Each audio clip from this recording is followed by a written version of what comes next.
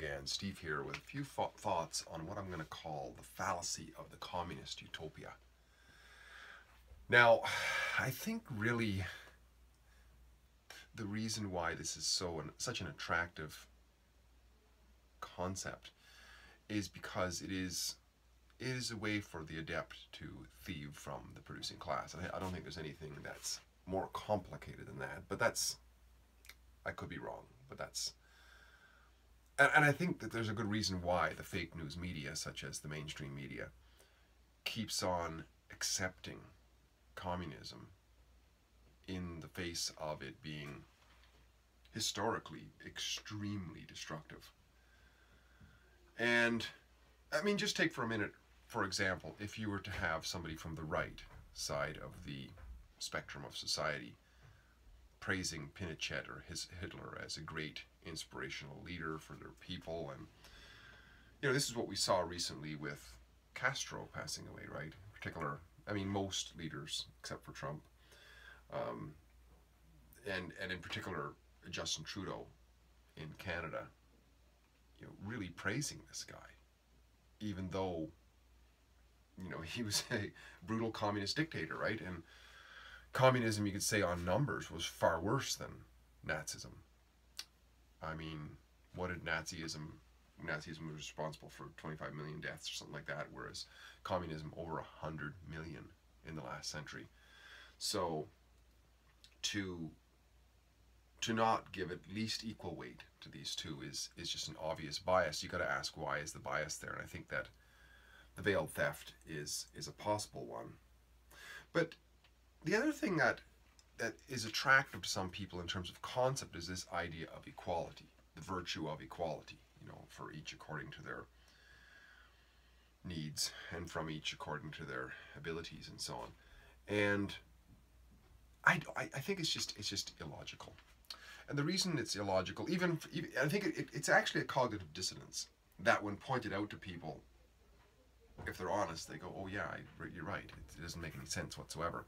I remember years ago when I was in Vancouver, I was at a seminar, and the idea of one exercise we did, which was a breakout session, was to get together in groups and kind of visualize how we wanted to see the world, and then work from there in terms of developing a life mission, if you will.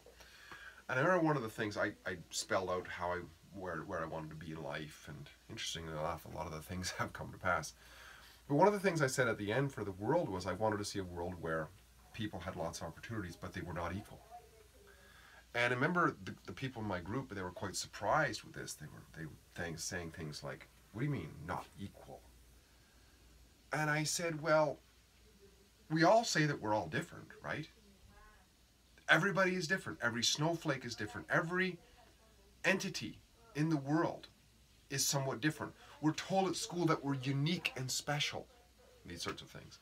So I asked the question, I said, if we're not the same, how can we possibly be equal? It doesn't make any sense. It's like saying, one is different from two, but they're equal. No, they're not. They're different, right? So the idea of equality is a non-starter. It makes no sense. It's completely asinine. It's wishful thinking, but it's a cognitive dissonance. And I think that but I mean, it's illogical, but people still gravitate towards it. I think they gravitate towards it because of the brainwashing from the top. If we can be somehow convinced that we individually are not as valuable as the collective, then we're gonna give away our freedoms as individuals. And to me, the most valuable is the individual approach to life and the importance of the individual in society, because society doesn't exist without the individuals. The forest doesn't exist without the trees, right? A wall of bricks does not exist without the bricks. You have to focus on the integrity of the bricks first.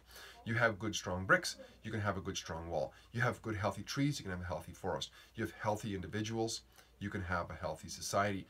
So we have to forget about the society, at least in terms of firsts, and focus on the individual. So that's why it's so important for us to grow ourselves, and all of this that I hope to talk about is improving the quality of our life experiences.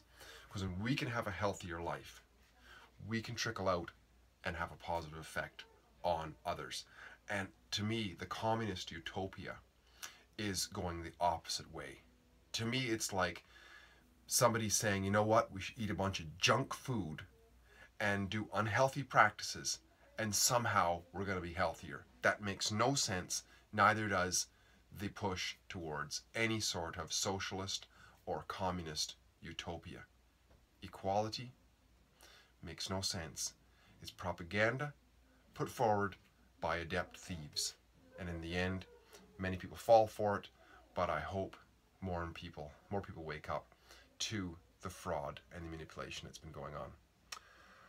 Hope this is interesting. Steve here again, great chatting. Talk again soon. Bye for now.